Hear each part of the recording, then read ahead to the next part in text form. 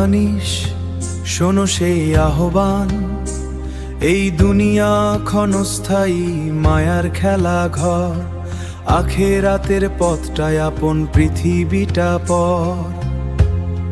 হে আনিস শোনো তুমি সময় থাকতে করো আমল, কবরের ওই আধার রাতে নেই তো কোনো সম্বল।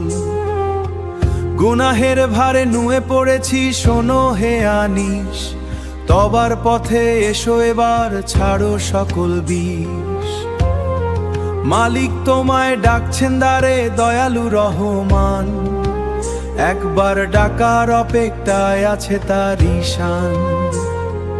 আনি শোনো তুমি সময় ফুরালে সব মায়া যাবে ছিঁড়ে, যেদিন আপনজন তোমায় শুয়ে আসবে ওই মাটির ভিড়ে।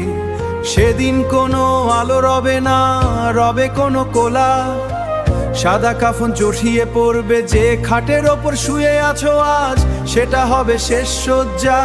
মা বাবা ভাই বোন সবাই তোমায় নামিয়ে দিয়ে ঘরে ফিরবে, তুমি একা পড়ে থাকবে সেখানে, কেউ কি আর খবর নিবে?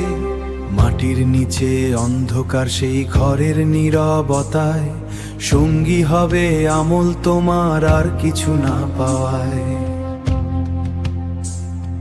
বাঁশের চাটায়ের আড়ালে সব দুনিয়া হবে দূর, মাটির গন্ধে বিলীন হবে তোমার সকল সুর। পাপের বোঝা পিঠের ওপর ভারী হয়ে রবে, হাসরের ওই ময়দানে আজ কার সাহায্য পাবে? এখনো সময় আছে আনিস ধরো সেই দয়ালুর হাত, মাফ চেয়ে নাও কেঁদে ফেলো এই তো মুখ মোরা। আল্লাহর দরবারে লুটিয়ে পড়ে বলো, হে মাওলায় আমায় নাও, এই গুনাহগার বান্দা তোমার দয়া করে জান্নাত দাও।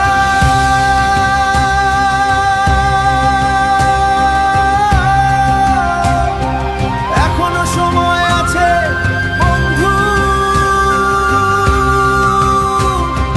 কান্না করো কেঁদো কেঁদো যেন তোমার চোখের পানি তোমার গুনাহের সব ধুলোবালি ধুয়ে ফেলে।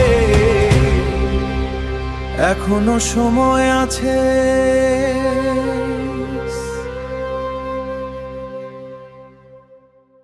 কবরের অন্ধকার নয়, জান্নাতের আলোর অপেক্ষায় নিজেকে গড়ো।